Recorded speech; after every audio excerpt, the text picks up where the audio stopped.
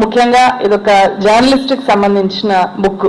ఒక జర్నలిజం కెరియర్లో పడ్డ స్ట్రగుల్, నిజం కోసం నిలబడ్డందుకు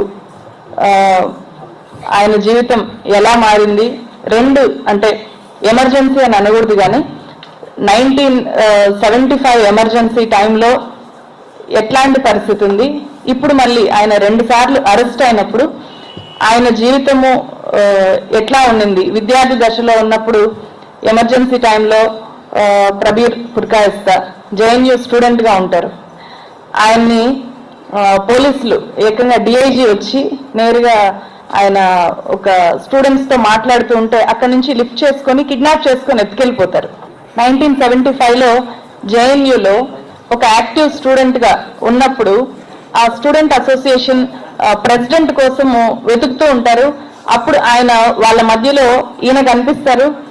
నీ పేరేంటి అని అడిగి వెంటనే అక్కడి నుంచి కిడ్నాప్ చేసుకొని వెళ్ళిపోయిన తర్వాత 1 year పాటు ఇతను కాదు ప్రెసిడెంట్, ఇతను కాదు ప్రబీర్ పుర్కాయిస్తా జేఎన్యూ ప్రెసిడెంట్ కాదు అప్పుడు, అయినా సరే డిటెన్షన్లో ఉంటాడు. సో ఆ తర్వాత మళ్ళీ సేమ్ మొన్న 2023 అక్టోబర్లో మళ్ళీ ఆయన ఇంటికి న్యూస్ క్లిక్ మీద రైడ్స్ జరిగినప్పుడు పొద్దున్నే ఆయన ఇంట్లో ఉన్నప్పుడు వచ్చారు. ఎన్ఫోర్స్మెంట్ ఆఫీసర్స్ వచ్చినప్పుడు వాళ్ళ ఇంట్లో వెతకడానికి ఏమీ లేదు.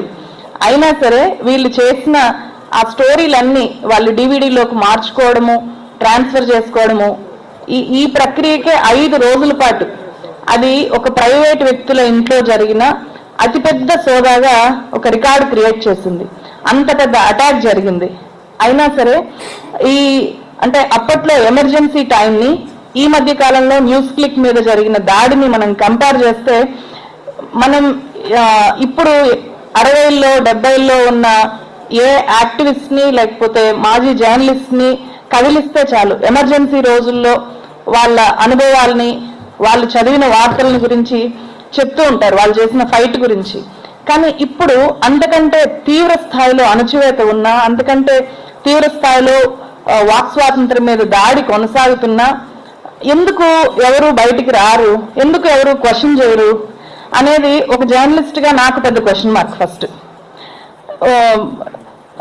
ఒక నిజం మాట్లాడడానికి ఎందుకు ఇంత భయం ఉంది సమాజంలో?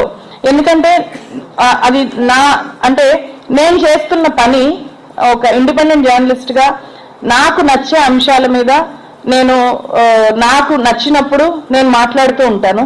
నేను వాటిని వీడియోస్ రూపంలో మీ ముందుకు తీసుకొని వస్తూ ఉంటాను. అది చాలా పెద్ద పనేం కాదు. ఒక జర్నలిస్ట్గా మినిమం నా స్థాయిలో నేను చేస్తున్న పని, దానికి వచ్చిన గుర్తింపు చాలా ఎక్కువ. దాన్ని సమాజంలో దాని మీద జరుగుతున్న దాడి కూడా చాలా ఎక్కువ. సో ఈ రెండిటికి కారణం ఏంటి అంటే జర్నలిజంలోకి వచ్చే వాళ్ళు తగ్గిపోతున్నారు, వచ్చినా కూడా నిజమైన జర్నలిస్టులుగా కొనసాగుతున్న వాళ్ళు ఇంకా తగ్గిపోతున్నారు. ఇన్వెస్టిగేషన్ జర్నలిజం అనేది పూర్తిగా చచ్చిపోయిన రోజుల్లో ఈరోజు మనం బతుకుతున్నాం. అందుకే అందరికీ తెలిసిన వార్తని మనం ఏదైతే గోధి మీడియా అని చెప్పుకుంటామో, సోకాల్డ్ అధికారుల ఒళ్ళో కూర్చొని మీడియా వార్తలు ప్రజెంట్ చేసే మీడియా, ఆ మీడియాలో రాని వార్తల్ని సోషల్ మీడియాలోనో లేకపోతే ఇంకేదైనా పెద్ద ఇన్సిడెంట్ జరిగితే దాని మీద జస్ట్ ఉన్నది ఉన్నట్లు చెప్తేనే విపరీతంగా గుర్తింపు వస్తుంది నాలాంటి వాళ్ళకి. సో అట్లాంటిది పెద్ద పెద్ద కుంభకోణాలు జరుగుతున్నాయి, మన చుట్టూ పెద్ద కబ్జాలు జరుగుతున్నాయి, చెప్పలేనంత స్థాయిలో దోపిడీ జరుగుతోంది. అయినా సరే జర్నలిస్టులు రాయలేకపోతున్నారు. ఎందుకు అంటే మన చుట్టూ ఆవరించున్న ఒక భయంకరమైన భయం, ఉన్నది చెప్పాలంటే కూడా భయం.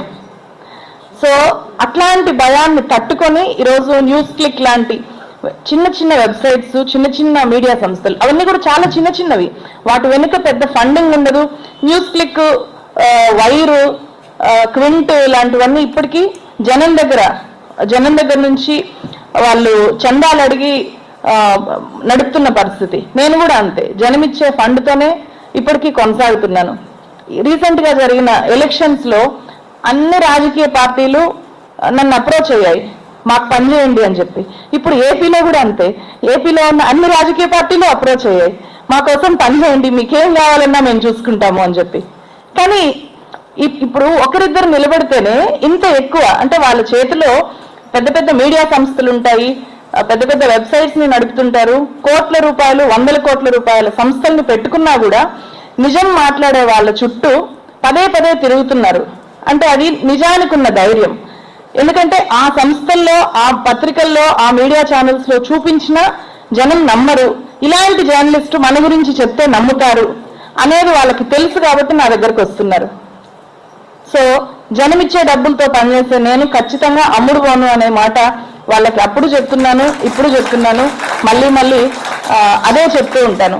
అలా నిలబడగలిగే జర్నలిస్టులని తయారు చేసుకోగలగాలి. జర్నలిజంలో చాలా చాలా స్పేస్ ఉంది. నాకేమనిపిస్తుంటుందంటే ఎమర్జెన్సీ టైంలో కానీ లేకపోతే 2014కి ముందు ఎప్పుడైతే విద్యార్థి రాజకీయాలు కాలేజెస్లో ఎలక్షన్ సిస్టమ్ అనేది చాలా యాక్టివ్గా ఉండిందో అప్పుడు వెంటనే ప్రభుత్వాలు ఒక డెసిషన్ తీసుకుంటే వెంటనే రియాక్షన్ స్టూడెంట్స్ నుంచి వచ్చినప్పుడు మిగిలిన సమాజం కూడా చాలా యాక్టివ్గా స్పందించేది. అప్పుడు చాలా ధైర్యం ఆటోమేటిక్గా వచ్చేది. సో ఎప్పుడైతే స్టూడెంట్ పాలిటిక్స్ చచ్చుబడిపోయాయో, స్టూడెంట్ పాలిటిక్స్ చేయకుండా వాళ్ళని ఐటీ సెల్లుల్లోకి చేర్చేసుకోవడము, పాలిటిక్స్ అంటే ఇప్పుడు ఈరోజు ఐటీ సెల్లుల్లో వర్క్ చేయడము, వాట్సాప్ యూనివర్సిటీల కోసం వర్క్ చేయడమే పాలిటిక్స్. అన్ని పార్టీలకి ఐటీ సెల్లు ఉన్నాయి. నేను ఇక్కడ బీజేపీకి మాత్రమే ఉందని చెప్పట్లేదు.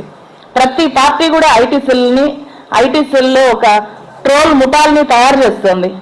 వాటిలో వాళ్ళకి ఉపాధి కల్పించడమే ఈరోజు విద్యార్థులు చేస్తున్నా లేకపోతే మన దేశంలో యువత చేస్తున్న రాజకీయాల్లాగా మారిపోయింది. అంతేగాని యువతకి మాకేం కావాలి అని క్వశ్చన్ చేసే తత్వము అనేది రోజు రోజుకి పోతోంది. నేను నమ్మిన పార్టీలు, నేను మోస్తున్న పార్టీ నాకు ఆ రోజుకో లేకపోతే ఆ నెలకో కొన్ని డబ్బులు ఇచ్చే పార్టీకి, ఆ నాయకుడికి ఏమీ అవ్వకుండా చూసుకోవడము, అతని మీద ఎవరైనా ఏ జర్నలిస్టో ఇంకెవరైనా ఏదన్నా అంటే వాళ్ళ మీద ట్రోల్స్ చేయడము, దాడులు చేయడము, ఇదే ఈరోజు దీంట్లో ఈ ఒక విషయంలో యువతని బిజీగా చేసేస్తున్నారు. అది కాకుండా మళ్ళీ విద్యార్థి రాజకీయాలు ఎప్పుడైతే యాక్టివ్ అవుతాయో అది మళ్ళీ సొసైటీకి ఒక ధైర్యాన్ని ఇస్తుంది అని చెప్పి నాకు అనిపిస్తుంది. అందుకే మనకు ప్రబీర్ పుర్కాయస్తా కానీ లేకపోతే జేఎన్యూలోనే ఎక్కువ పొలిటీషియన్స్ ఎందుకు అయ్యారు అంటే మనకు తెలిసిందే కదా, అక్కడ ఇప్పటికీ ఎలక్షన్ సిస్టమ్ ఉంది.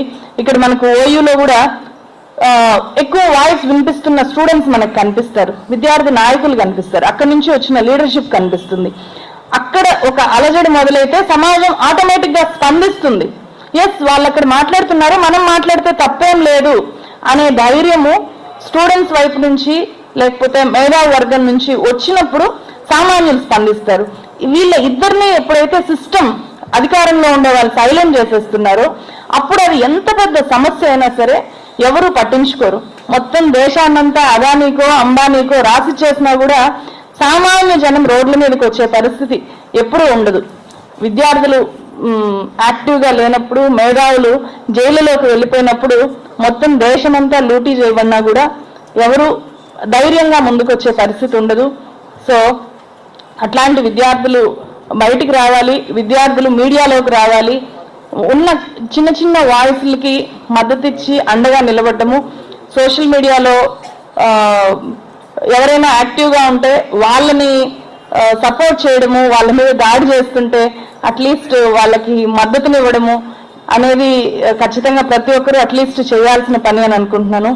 సో ప్రబీర్ పుర్కాయస్తా పుస్తకం నేను కంప్లీట్గా చదవలేదు, చదివినంత వరకు అంటే నన్ను నేను మళ్ళీ చదువుకున్నట్టు అనిపించింది. ఆయన పడ్డ అన్ని పడకపోయినా చాలా వరకు జర్నలిస్టులు, క్వశ్చన్ చేయడానికి నిలబడ్డ జర్నలిస్టులు అందరి పరిస్థితి ఒకేలాగా ఉంటుంది. సో ఎక్కువ మంది క్వశ్చన్ చేయడానికి సిద్ధంగా నిలబడ్డప్పుడు ఈ పరిస్థితిలో మార్పు వస్తుంది అని నేను బలంగా నమ్ముతున్నాను. నాకు అవకాశం ఇచ్చిన మీ అందరికీ, ఓపికగా విన్న అందరికీ ధన్యవాదాలు. Thank you so much.